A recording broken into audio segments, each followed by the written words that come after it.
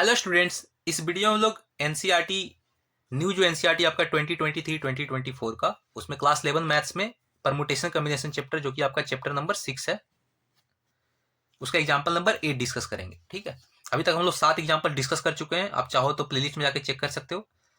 अब चलिए इसको सॉल्व करना है। अब देखो फ्रैक्शनल इक्वेशन है, ठीक है। फैक्टोरियल जो हमारा वो डिनोमिनेटर में। अब यहाँ पे हम लोग जो सबसे बेसिक टेक्निक जो यूज करेंगे वो ये है कि एन फैक्टोरियल को हम लोग ऐसे लिख सकते हैं, N into N minus one factorial, right.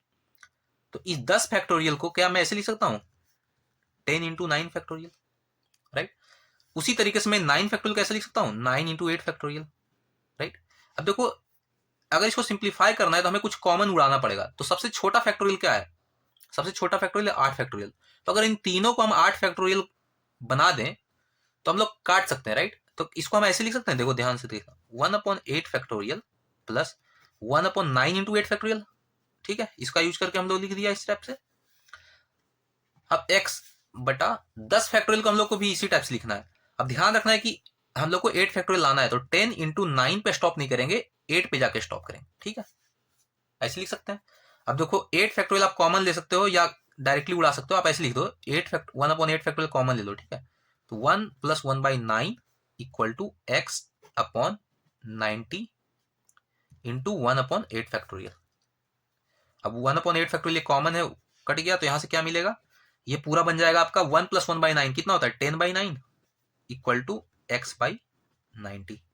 अब इसको उड़ा सकते हो आप 10 टाइम्स में, ठीक है। अब देखिए यहां से क्रॉस मल्टीप्लाई करोगे तो क्या बन जाएगा आपका, x इक्वल टू 10 इंटू 10 100। तो फाइनली आपका x इक्वल टू 100 आंसर आ गया।